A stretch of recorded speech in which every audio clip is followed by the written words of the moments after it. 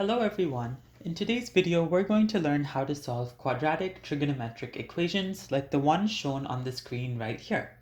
Now the first step is always to factor, and if you're not sure how to do that, you can go ahead and watch my video on factoring quadratic equations. I'll put the link in the top right corner so it's easy for you to access. If I go ahead and factor this equation, I get 2 cos theta plus 1 multiplied by cos theta minus 1 is equal to 0.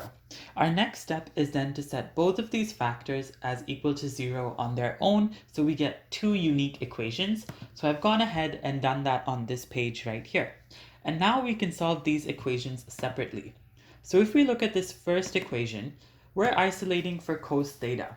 So I can subtract 1 from both sides of the equation first, and that would give me 2 cos theta is equal to negative 1. And then I can divide both sides of the equation by 2 to give me cos theta is equal to negative 1 over 2. And whenever you're writing equations out one after the other like this, it's nice to align the equal signs. It's just better for formatting. Okay, so now we've isolated for cos theta, but what we really want is what the value of theta is. And we can find that using the cast rule. So I've set up a Cartesian plane here, and I've labeled the quadrants as per the cast rule, so that's CAST. In case you're unfamiliar with this rule, the cast rule tells you which quadrants each trig ratio is positive in. So within this quadrant right here, all cosine trig ratios are positive. In this quadrant, all trig ratios are positive. In this quadrant, sine trig ratios are positive. And in this quadrant, tan trig ratios are positive. Now for us, our cosine trig ratio gives us a negative value, so that means we're not going to be in either of these two quadrants. Instead, we're going to be in this quadrant right here, and our angle can also be in this quadrant right here. Now to measure our angles, we do that from 0 degrees, and we go in the counterclockwise direction. So our first angle will end at this terminal arm, and then our second angle will extend a little bit further to the second terminal arm right there. And what we should do is we should also label our reference angle. So that's the angle between the terminal arm and the x-axis. And I'm going to call that angle beta. It's going to be the same for both of our angles. What I'm also going to do is I'm going to add a dotted line so that I can turn these into triangles. And you'll see why in just a second. Now that we have those triangles, we can add the side lengths that we see from this trig ratio. So remember, cosine is adjacent divided by the hypotenuse. So if we're looking at our reference angle here, the adjacent side is this one. And according to our trig ratio, that has a value of negative 1. So we can go ahead and label that like this. And then the hypotenuse has a value of 2. So we can go ahead and label that as well. And once again, that's the same for both of these triangles.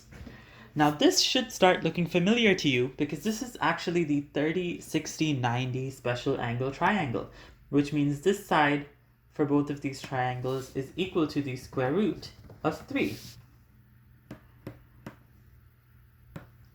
Now from that 30, 60, 90 special angle triangle, we know that the angle that's opposite from the square root of 3 side is equal to 60 degrees. So we can say that beta is equal to 60 degrees. And this will allow us to find theta, because theta 1 is all the way until the first terminal arm, which is 180 minus beta. So let me just copy the theta symbol again. There we go. So I can write here that theta 1 is equal to 180 minus beta, which is 60 degrees, which means that theta 1 is 120 degrees. And theta 2, which extends from 0 degrees all the way until this terminal arm, is 180 plus 60 degrees.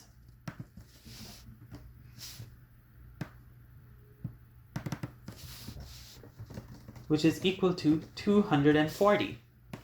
So there we go. We found our two theta values that we get from the first equation right here. Now we have to do the same thing for the second one. So when we're isolating for cos theta in this equation here, I just have to add 1 to both sides of the equation, and that gives me cos theta is equal to 1. So whenever you have cos theta or sine theta is equal to 0 or 1, instead of using the cast rule, we can just use the unit circle. So I've gone ahead and drawn the unit circle out right here. This is a circle with a radius of 1 unit. And the way you can find trig ratios using this is sine of theta is always equal to the y coordinate on the circle, and cos of theta is always equal to the x coordinate of the circle.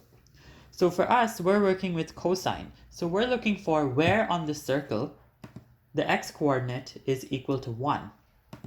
So if I look around the circle, I only see that at one point, which is right here. And that angle would actually be just 0 degrees. Or you could also go all the way around the circle and have it as 360 degrees.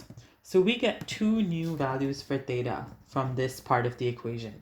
We get 0 degrees, and our fourth value is 360 degrees. So now we can combine all these values that we found for theta in one final statement and say theta is equal to 0, 120, 240, and 360 degrees, like that. So that's how you can solve any quadratic trig equation. If you have any questions, feel free to leave them down below in the comments, and I'll try my best to answer them as soon as possible. Other than that, thank you for watching and good luck with your practice.